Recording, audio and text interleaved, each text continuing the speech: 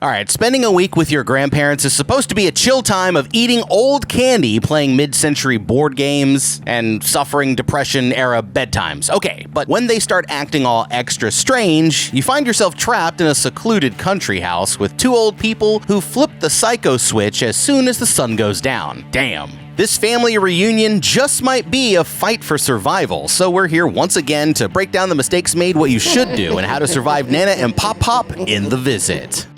Our story starts with Becca and her little brother Tyler, who are being sent to stay with their grandparents for a week while their mom goes on vacation. The twist is, they've never actually met their grandparents before, because their mom has been estranged from them for about 15 years. Becca, who's an aspiring filmmaker, decides to document the entire trip so she can make a documentary and retcon the family history. After a long trip involving a car ride, a train ride, and way too much freestyle rapping, they arrive in the small town of Masonville, Pennsylvania, and finally meet their grandparents for the first time. At first, everything seems pretty normal. The grandparents are a little awkward, a little overly friendly, but nothing too alarming. They take the kids back to their farm, show them around the house, and Nana whips up some cookies that even pique my interest. As they settle in for the week, the kids call their mom to give her updates on how things are going and how her vacation is ramping up. But our first red flag appears when Pop Pop is seen acting strangely near a shed on the property. It's a huge shift from how warm and welcoming he was earlier in the day, and definitely not the same demeanor he will show later that night, when he informs them of the 9:30 p.m. bedtime. Later, Becca is jonesing for some more of Nana's cookies and decides that they're worth a late-night raid on the kitchen. While on her way down the stairs, she finds Nana lurking at the bottom, violently vomiting on the floor and groaning like she's possessed. Becca is startled and runs back to her room. As is the case in most horror movies, the weird little details that emerge early on are just the tip of the iceberg.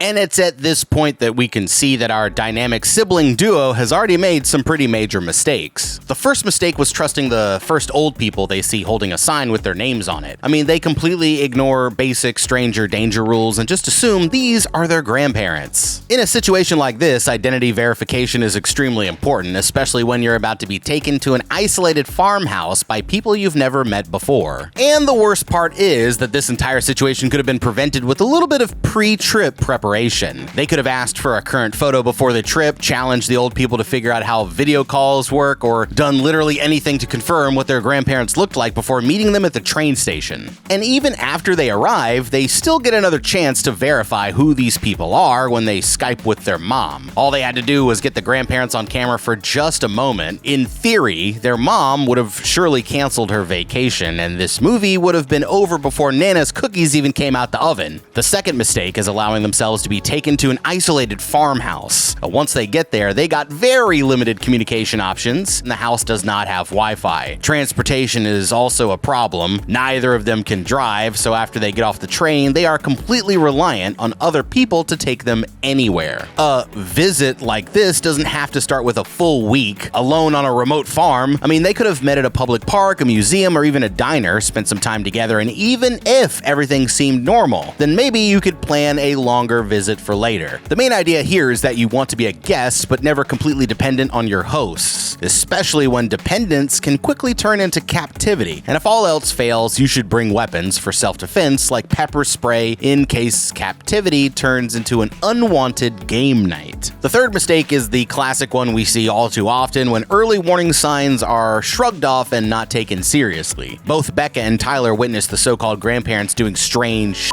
but the next morning, they let it be explained away as old people being old. Basically, they are ignoring and rationalizing very abnormal behavior. And this happens because we all want the uncomfortably weird things in life to be no big deal. The problem is that by the time a pattern becomes obvious, the situation may have already turned for the worse. Best way to avoid the oversight in this case would be for the kids to communicate clearly with each other and their mom so that they have multiple perspectives on the weirdness, resist the temptation to assume everything is fine and reassess when new information is discovered. At this point, however, the minimum should be some tentative planning of what to do if things get so strange that the cookies are no longer worth it. The next morning, our two documentarians decide to keep filming their way down memory lane. Becca goes to see Pop Pop in the barn and asks about Nana's strange behavior the previous night. He brushes off the vomiting episode as a stomach flu, which is treated as an acceptable answer. Later, the kids' search for good documentary footage leads them to discover the crawl space beneath the house, and they decide that their mother must have used it for games of hide and seek, so they're gonna do the same. Things quickly turn terrifying when Nana joins in on the fun unannounced. She's crawling around down there with the speed and enthusiasm of someone who happens to have been bitten by like a radioactive spider or something. Not long after that, a man named Dr. Sam shows up looking for the grandparents, saying that they've missed several recent volunteer shifts at the hospital where they work as counselors. This is another major red flag, but once again, nothing really comes of it. Tyler turns to investigate the shed where he saw Pop Pop acting strange and discovers a massive pile of used adult diapers. Nana explains that Pop Pop has incontinence and hides the diapers out there, which is both gross and sus. But once again, the explanation is accepted and they move on. They later do take a trip into town with Pop Pop to see some of their mom's old stomping ground, and everything seems relatively normal until Pop Pop suddenly attacks a random man on the street, accusing him of following them. Becca once again explains this away by saying he's just old and confused. But later that night, things get much harder to explain when Becca and Tyler hear a strange noise outside their door, and when they investigate, they find Nana completely naked, violently scratching at a door across the hall like she's trying to dig her way into the world's last bag of Werther's Originals.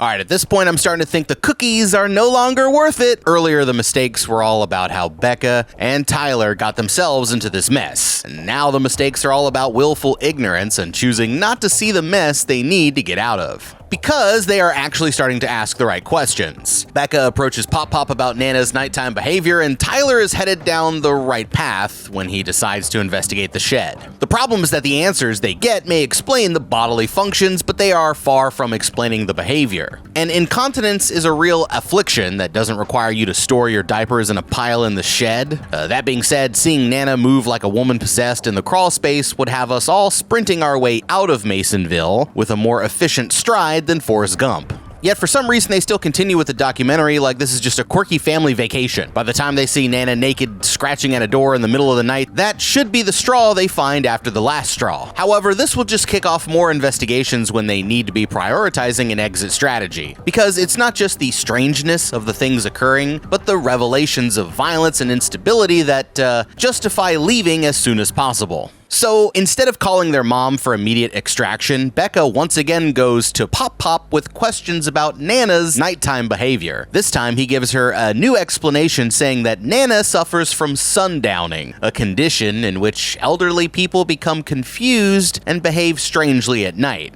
Damn, I suffer from that already, and I'm only 36. Meanwhile, he's getting dressed in a tuxedo because he thinks he's going to a costume party, which is not actually happening. It seems both of the grandparents are showing signs of dementia. Later that morning, Becca finds Nana peeking through the kitchen window where she explains that she accidentally spilled biscuit batter on Becca's computer, and by pure coincidence, the batter appears to have landed directly on the computer's camera. And it is also so sticky that it can't be easily washed off. Becca and Tyler then talk about all the weird things Nana does at night, but instead of becoming more concerned, Becca reassures Tyler that everything is fine because she looked up the definition of sundowning, and in her opinion, everything that has happened so far fits that exact explanation. They call their mom again, and instead of being alarmed, their mom also explains that old people can have trouble with their bodies and sometimes become paranoid. She even suggests that her parents might just be weird because they used to be hippies, which is apparently a medically recognized explanation for night crawling and door scratching. Later, while Becca is helping Nana clean the dishes, Nana asks Becky to climb inside the oven to clean it. This is an extremely strange request that would immediately end most family visits. But Nana insists that the oven is off and that the kitchen needs to be cleaned, so Becca hops in the oven to fulfill the request. Afterwards, Nana agrees to be interviewed for the documentary, but when Becca asks her about what happened on the day her mom left, Nana becomes agitated, refuses to answer, and starts shaking erratically. The interview ends before it ever really begins. Now, unlike Becca, Tyler is still on the right track with his investigation. Knowing that something isn't quite right, he tries to hide a camera in the living room to record the strange things that happen at night. But Becca stops him because she thinks it would compromise the integrity of her documentary. Which means that at this point, she's more concerned about filmmaking ethics than her personal safety, which, true. I feel that. And now that I think about it, it's honestly a trait shared by a lot of directors. And later that night, Becca and Tyler are woken up again by strange noises outside of their door, and when they open it, they see Nana running back and forth and crawling on the floor again. And once again, Becca explains it away as a part of sundowning, and that's the end of this discussion. So we have a situation that keeps getting sketchier, but the justifications keep getting better. So our mains will just keep orbiting the problem instead of reaching escape velocity. Alright, let's do a quick halftime recap and see how our team got to this point. The early errors that the kids made came from poor preparation and planning, right? They didn't address any of the things that might have prevented them from having to deal with this situation in the first place. Then in the second period, a bad strat led to poor judgment, and they didn't realize that it's much easier to leave at the beginning of a bad situation than it is to leave once you're deep in it. And now we've reached the point where they're fully in the situation, yet instead of remaining objective and trusting their instincts, they're trying to rationalize what's happening, and this leads to denial, especially on Becca's part. At this point, the mistakes are no longer about prep or strat, now the mistakes are about how they interpret the situation. Becca keeps evaluating the explanations they are given, and if the explanation sounds reasonable, she assumes that everything is fine. But even if the explanations are true, that doesn't mean that the behavior that they're witnessing isn't dangerous. It's a good example of something called normalcy bias, which is basically the tendency to underestimate the possibility of something bad happening and to keep believing that everything is normal even when there are clear signs that it is not. And that pretty much sums up how Becca has reacted to everything so far. To me. Tyler, on the other hand, can tell that things are not normal, but he doesn't act on that instinct. Instead, he continues going along with everything as if nothing was wrong. So between Becca's denial and Tyler's passive acceptance, they keep responding to the Clash's question of whether they should stay or go with a definitive maybe. Another important thing to point out here is that while collecting more information can be useful in a situation like this, it's not the same thing as taking action. Gathering information might help them solve the mystery of what's going on with Nana and Pop, but it doesn't address the most important problem, which is surviving a situation that is becoming increasingly unsafe. Now it's Thursday morning and the kids go for a walk in the woods with the artists formerly known as their grandparents. During the walk, they come across an old well, and Nana just stands there staring blankly down into it like she's remembering something super sad and important. It's definitely weird. A little later, the kids set up in the barn to film an interview with Tyler for his documentary. And this is where we finally get some backstory about their father leaving the family. Tyler talks about how he thinks their dad left because he froze during a Pee Wee football game and couldn't take a tackle.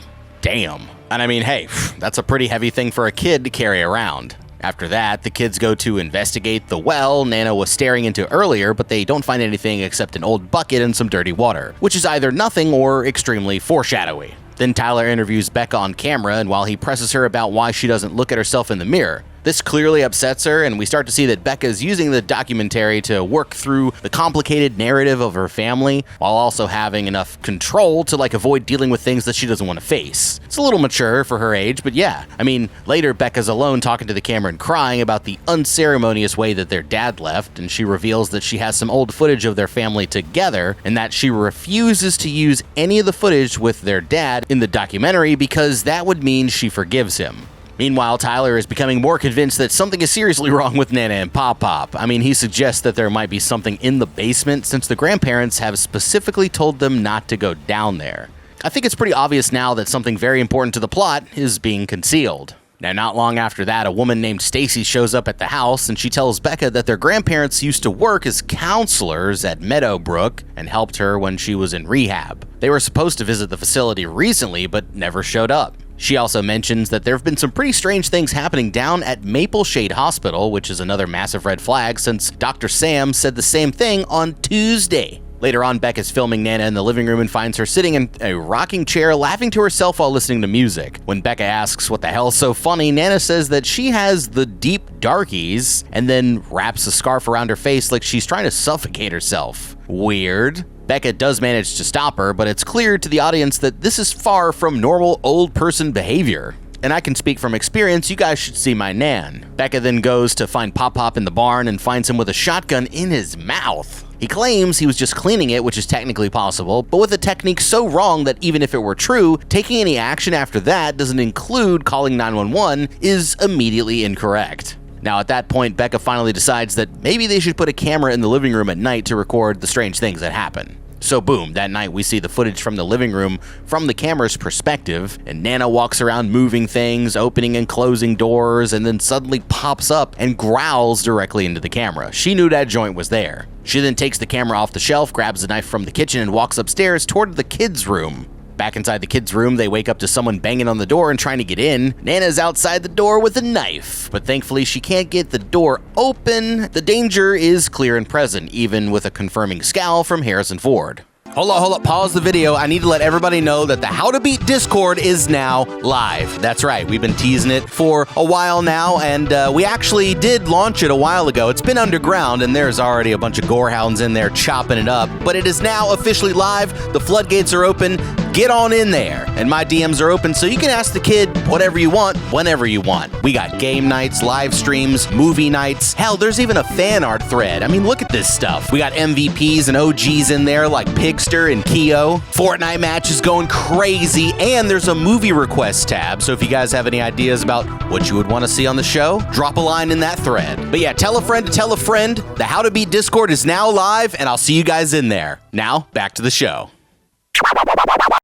Okay, so maybe earlier it could have been argued that strange behavior and weird personality shifts were just the normal symptoms of the toll that time takes on the body and the mind. But that cruise ship has now left the harbor because regardless of the reasons, this situation is now obviously dangerous. And yes, as viewers, we technically have more information than the characters, but there's no question that Becca has now personally witnessed both Nana and Pop Pop attempt to end their own lives. In both cases, her intervention is the only thing that stopped it from ending very badly. Between the weapons, violent behavior, and attempts, this week with the grandparents has officially become like one of the most dangerous spring breaks to ever not involve a margarita. If we break this down further by character, we can see that Becca's documentary actually encourages the bad decisions. The documentary she's making represents her desire to maintain an illusion of control in situations where she doesn't really have any. She wants this trip to become a story about family reconciliation. And even though the situation is clearly turning into something way darker, she still believes that if she can just understand Nana and Pop Pop, she can shape the story into something more meaningful. For her, understanding the world is a way to control it. But sometimes when you gain understanding, you realize there is no control to be had, and your only option is to respond to the situation rather than try to explain it. Tyler, on the other hand, doesn't try to hold on to any control. He assumes that he doesn't really have any. So because of that, he becomes passive despite what he sees, feels, and ultimately knows. Like he recognizes that something is wrong, but he doesn't believe he has the power to change the outcome. So he just goes with the flow like life is a freestyle rap.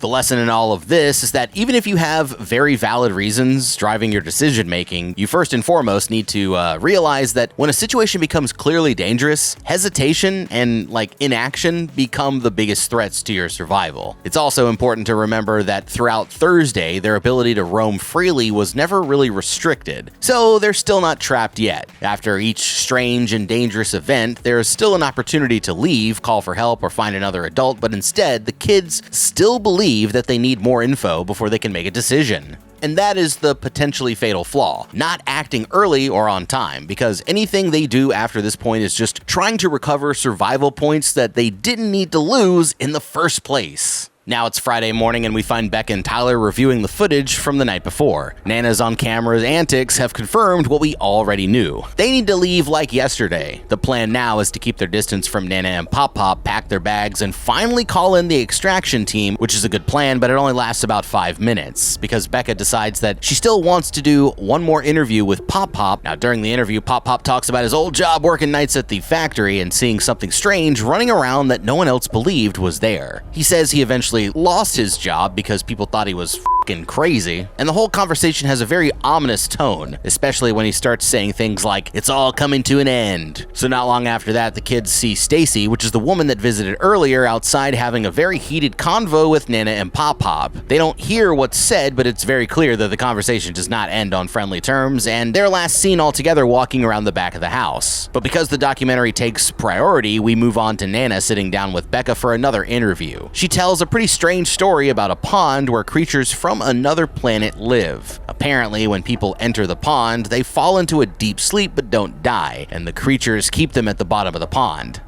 I mean, I don't know if it's even possible to foreshadow any harder at this point. Like, I don't know how Becca expects anything other than an attempted drowning. Eventually, Nana and Pop Pop leave the house long enough for the kids to sneak inside and call their mom. They tell her that something is seriously wrong, though, and that she needs to come pick them up immediately. Using the computer camera, which is finally clean, they show their mom, Nana and Pop Pop standing outside. And this is the moment where the reality of the situation becomes unavoidable. Their mom tells them that those people are not her parents. Becca and Tyler have spent the entire week living with complete strangers. So Loretta calls the Masonville police, but apparently this town has only one cop, and he's not answering the phone, so she tells the kids to get out of the house, which seems like they finally know the reality of the danger.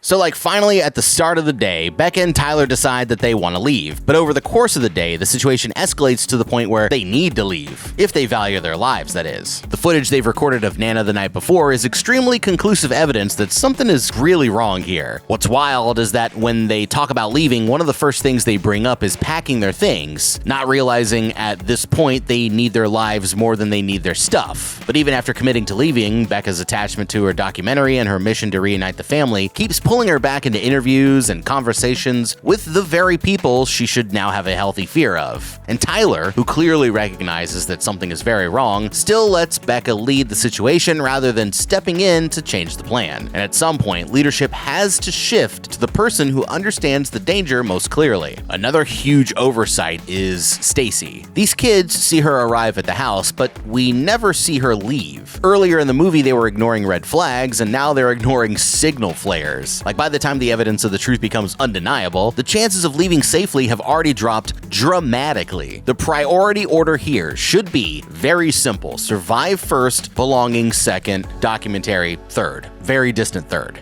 So, Pop Pop shows up all excited to play a board game, and Nana asks Becca to clean the oven again. This time, though, Nana actually closes her inside for a long and very tense moment. And after Becca gets out, the kids try to make a break for it, but when they open the front door, they see Stacy's body hanging from a tree in the yard. Pop Pop shuts the door and calmly tells them it's time for game night. At this point, the fairy tale week in the country with the grandparents has become a long stay at a nightmare B&B. Becca manages to excuse herself from the table by claiming the camera battery is low, and not long after that, Pop Pop has an accident and leaves the room as well. Nana celebrates a Yahtzee like she just won big at Red Bull and bingo night. While all that is going on, Becca sneaks down into the basement to see if her real grandparents might still be alive. At first, she finds framed pictures of her real grandparents in clothes from Maple Shade Psychiatric Hospital, but eventually she uncovers the bodies of her actual grandparents. Out of nowhere, the old man appears behind her and explains everything. You see, his real name is Mitchell and Nana's name is Claire. They learned about the kids visiting from the real grandparents and decided that they wanted to experience being grandparents themselves. He also reveals that Claire drowned her own children and that they plan to do the same thing to Becca and Tyler in the well we saw earlier. So back upstairs, we see that Tyler's been attacked and is writhing on the ground. Becca is dragged upstairs by Pop Pop and locked in a room with Nana. There's a struggle and Becca has to stab Nana with a shard of broken mirror, killing her. Downstairs, Pop Pop is terrorizing Tyler in the kitchen, but Becca, newly freed from the bedroom, runs in to help. Pop Pop overpowers her first, but Tyler finally decides that he's gonna fight back, smashing his head with the refrigerator door. Shortly after that, the police finally arrive and the kids are reunited with their mother, ending the worst grandparent visit in human history. Now, as we can see, because Becca and Tyler didn't act on any of the earlier opportunities to leave, the decision-making has now become very simple. They can either fight and survive, or suffer the same fate as their grandparents. Now, they do fight, and they do survive, but I think we could have improved on their strategy just a little bit. In close quarters combat, professionals talk about speed and surprise, which basically means don't hesitate and don't fight fair. Also, remember the environment is part of the fight, and the kitchen is basically a weapons cache. The first major mistake they make is splitting up, right? Working together here is absolutely critical, especially when you have different skill sets. Separating means each of them has to deal with one attacker alone, which is exactly what you don't want. The second mistake is that they don't initially use the environment to their advantage. Instead, the house gets used against them with things like low light, locked doors, and tight spaces. I mean, they're definitely younger and should be faster, so creating distance and putting barriers between themselves and their attackers, it would significantly increase their chances of survival, right? Doors, tables, chairs, anything that slows old people down, really. We'll acknowledge that Nana's physical abilities are a bit of a wild card, but the principles still stand up to scrutiny. The third mistake is failing to properly arm themselves. There's multiple opportunities in the kitchen and basement to grab actual weapons like knives, tools, heavy objects. Anything is better than fighting empty-handed, right? Becca eventually ends up with a shard of a mirror, which technically does work, but that's probably one of the worst weapons because it's just as likely to cut your own hand. And finally, exiting the situation should always be the long-term objective. I mean, yeah, you gotta fight to survive in the moment, but the main goal is more about escaping. And if available, vengeance could just be the cherry on top.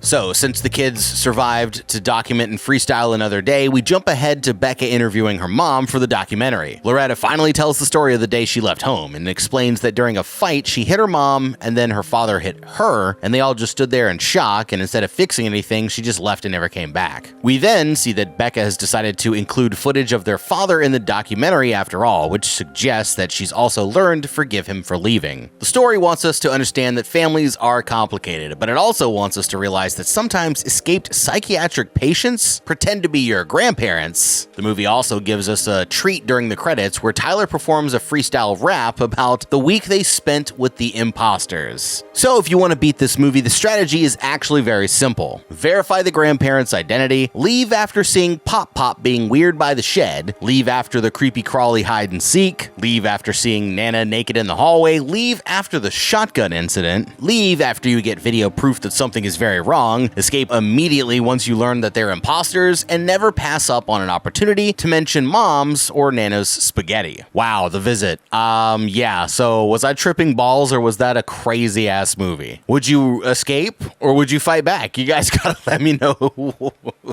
what you would do in the comments below. Thank you so much for watching. Leave a like and subscribe. I promise I will see you in the next video, and have a damn good day.